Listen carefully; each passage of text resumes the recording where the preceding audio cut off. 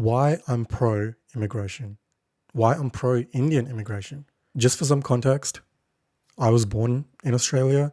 I've lived in Australia all my life. My parents were immigrants. And if you've seen the news lately, you've probably seen all around the world, immigration is such a big issue. It's fueling all sorts of things like racism. And I wanted to talk about my opinion on this. Now, picture this.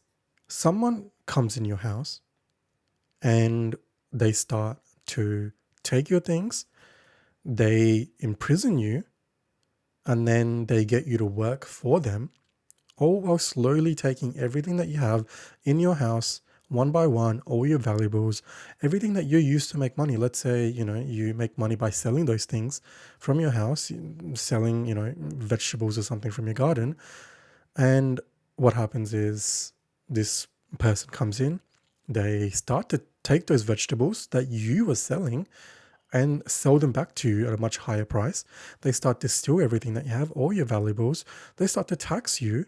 They completely destroy you, your family, your kids. They make sure you have nothing left.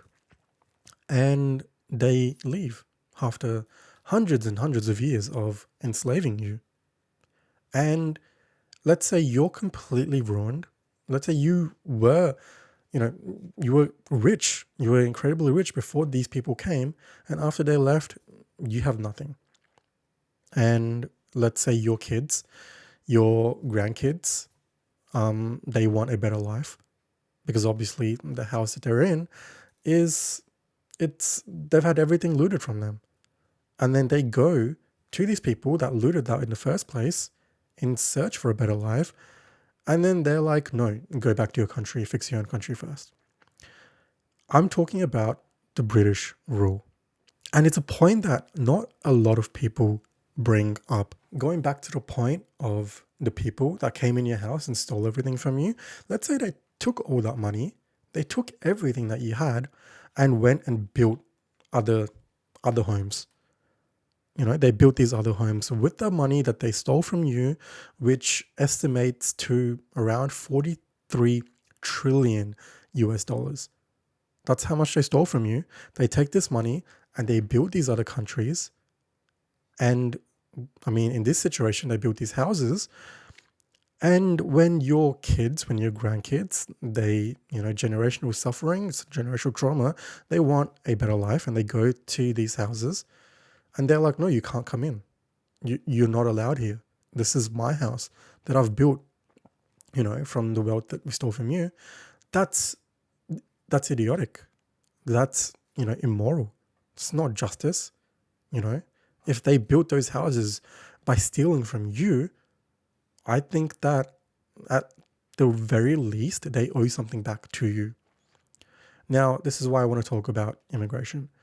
When you look at the systematic exploitation of India that's happened under the British rule, how much money that was looted, how raw materials like cotton were exploited, practically taken from India, processed in Britain, and then sold back to India at a much higher price.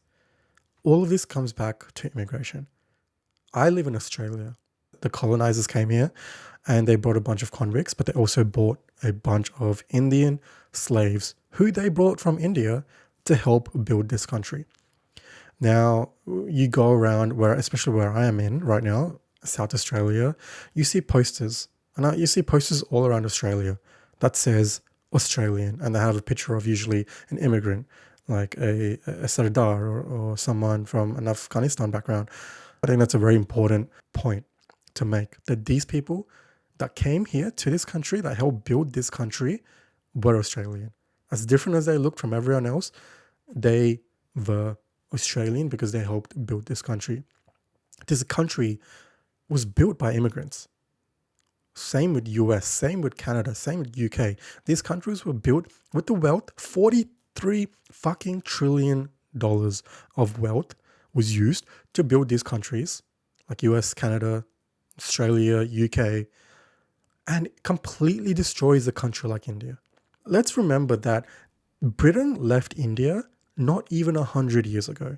1947. That's not even 100 years. Someone who was alive then would still be alive now. This happened so recently. that left this country, which was one of the richest countries in the world before the Britain came. And when they left, we became one of the poorest countries with, years of famine. They literally exploited us, enslaved us for hundreds of years. They left us as an impoverished country.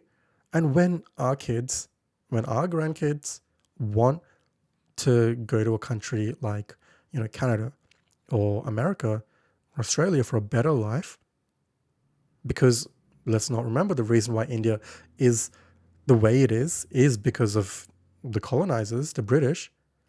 That's where they're like, oh, this is not your country, go back to India, go back, fix your own country. I think it's really important to focus on this. The reason why India is the way it is right now, and I know that there's a lot of political tension, and I know that, a very right-wing government right now that serves for corporate interests, that serves for billionaires, and it makes me sad knowing that India, like how India could have been, leaving that aside. The fact that India is still suffering from the impacts of colonization, even now. And when they say things like go back and fix your country, even though they stole $43 trillion from us, the fact that racism even exists, even though these countries were built from our wealth, our resources, our labor, even, a lot of these countries, they took Indian slaves to build these countries. They took them as laborers. And I know that we can't live in a utopia as much as I'd like to. I know that we can't live in a utopia where, there are open borders, but there needs to be some sort of justice. There needs to be something. They've stolen so much from us. What are they going to give back to us? The least is they can give us a better life. I think that's the least that they can do for us, is give us a pathway to a better life. And the only reason why life is the way it is in India is because of colonization. And let's not forget forced cultivation, where farmers were forced to grow things like opium and indigo instead of food, leading to famine. Like hundreds of years of famine, that still impacts us today. All of this under the British rule. We were the richest country before the British came, and they stole from us. And the very least that we can get, they're not going to give us anything back. Canada's not going to give anything back to us. The US, the UK, Australia, they're not going to give anything back to us. I think the least they can do is not demonize us. Like, what is the crime? What is the crime of someone who was born in India and they want a better life? They want a better life because, let's face it, India, I love India. It's a beautiful country, but it has so many problems. The government, political, work-wise. And what is the crime of someone wanting to escape that in search of a better life? And the entire reason why these Western countries have such advanced economies, have such advancement, is because of India in the first place. You could rob a bank and live a lavish life. That's practically what's happened when the British came and invaded India. I mean, correct me if I'm wrong. What is the crime of someone wanting to lead a better life? What is the crime of someone wanting to study abroad and wanting to raise a family abroad? We need to accept this fact that India is the way it is because of colonization. And I know that it could be a lot better if we had put in certain government policies, if we had a better government, a more progressive government, but that's not the case. We're still facing the issues of colonization even till today. And I'm saying this as someone who has never lived in India, but I know the frustration. I know the emotion that these immigrants have. They just want a better life. And I don't want to look at them as, just laborers. Because what? Like, the entire reason why people want to bring them in is because a surplus of labor can easily drive down wages. That's not what I want. That's what you're seeing with the H-1B visa thing that's happening in America. They want to bring in more immigrants because they can drive down wages. And not just drive down wages, but they are essentially slaves to the companies they work for because they can be sent back to their country anytime. I don't want that to be a pro-immigration argument. These billionaires, these governments only want us immigrants to come in this country so that we're essentially working for them and they can send us back anytime. I don't want that to be the pro-immigrant argument. At the very least, we Indian immigrants have the right to search for a better life, to go to another country for a better life. And I don't think that should be demonized. There's plenty of resources for everyone. Don't ever let anyone say that we don't have enough resources, because that is bullshit. There's plenty of resources in these countries for everyone. I strongly do believe that. It brings me back to a point from Michael Brooks, rest in peace. I want to end with this quote. It's time to bring humanity into immigration. And I think that's very important, and it's due time for that.